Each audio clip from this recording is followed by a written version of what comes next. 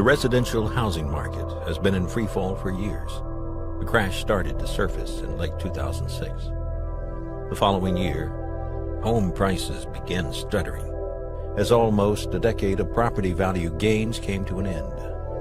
But the full extent of how severe the crisis was going to be did not come clear for some time. In March 2008, Bear Stearns, one of America's largest investment banks, collapsed under the extreme weight of its real estate exposure. As the giant came crashing down, the nation stopped, and the rest of the world was put on notice.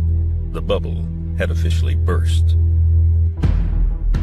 By December, the Case-Shiller Home Price Index reported the largest drop in its history, and every media outlet reported on what had been the biggest economic story since 1929.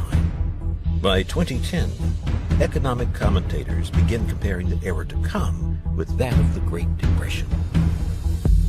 October 29, 1929. The stock market reached a bubble and collapsed with historical significance, earning the now infamous title, Black Tuesday. In a single day, billions of dollars vanished into thin air. Wealthy Americans, owning almost all the nation's stocks at the time, were crushed by an 80% decline in the value of the stock market. By 1933, 2 out of every 5 banks in America had collapsed, causing their customers' money to literally evaporate. During the darkest hour of the era, when all seemed lost and the future of our country doomed, the unexpected occurred. An event most Americans had all but lost the ability to envision. Somehow, the economy began to grow, and it continued to grow. In 1939, the country had almost fully recovered to pre-Depression levels, and the growth did not recede. Within 5 more years, the American economy not only recovered, it quadrupled. A wise few possessed the vision to recognize the pattern before it unfolded. These are the days when many are discouraged. In the 93 years of my life, depressions have come and gone. Prosperity has always returned and will again. Some exploited enormous opportunities. Buy when everyone else is selling, and hold when everyone else is buying.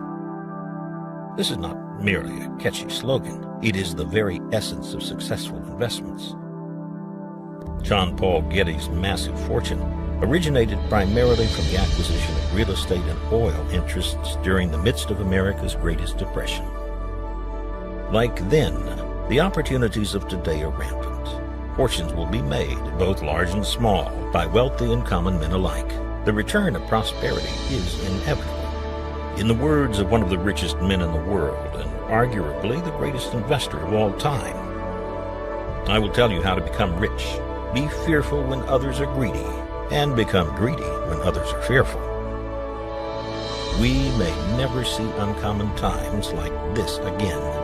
What you do right now could determine the rest of your life.